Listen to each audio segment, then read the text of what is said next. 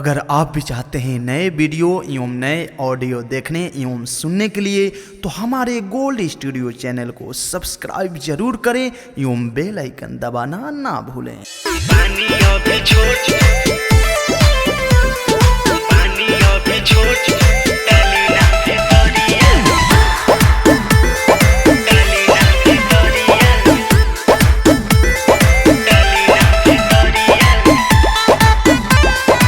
Music by Abhishek Gupta.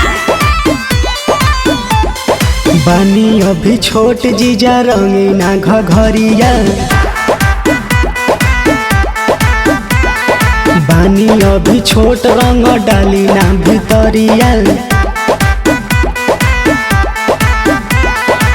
लगे बड़ा डहर देखी चोक पीछे करिया, लगे बड़ा डहर देखी चोक पीछे करिया।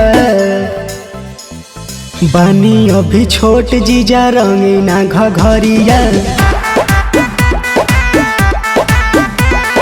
बानी अभी छोट रंग डाली ना भितरिया।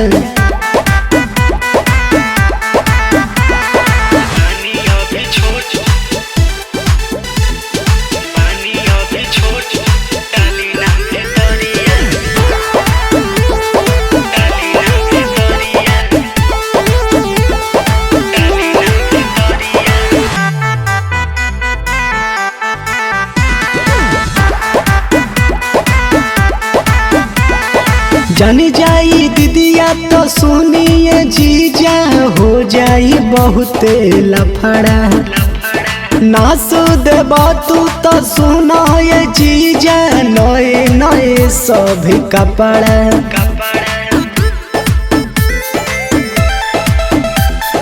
जानी जाई दीदिया तो सुनिए जीजा, हो जाई बहुते लफड़ा।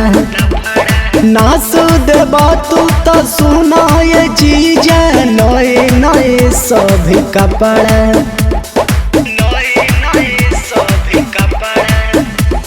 छुए नहीं देब अपन फूला कटोरिया, छुए नहीं देब अपन फूला कटोरिया। लगे बड़ा डहर देखी चोक पीछे करिया, लगे बड़ा डहर देखी चोक पीछे करिया। बानी अभी छोट जीजा रंगीना घघरिया, बानी अभी छोट रंग डाली ना भितरिया।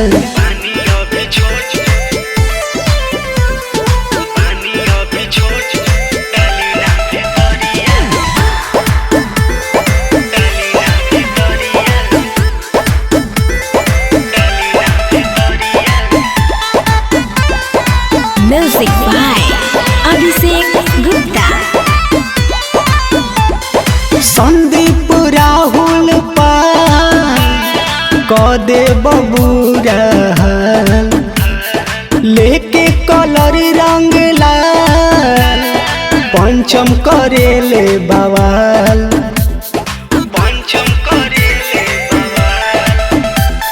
संदीप राहुल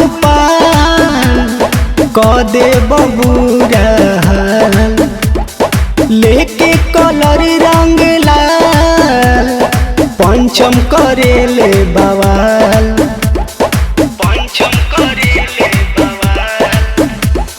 शुभ दयाल सोहरा ना भाजे दे भोलरिया, शुभ दयाल सोहरा ना भाजे दे भोलरिया। लगे बड़ा डहर देखी चोक पीछे करिया, लगे बड़ा डहर देखी चोक पीछे करिया। बानी अभी छोट जीजा रंगीना घघरिया, बानी अभी छोट रंग डाली ना भितरिया।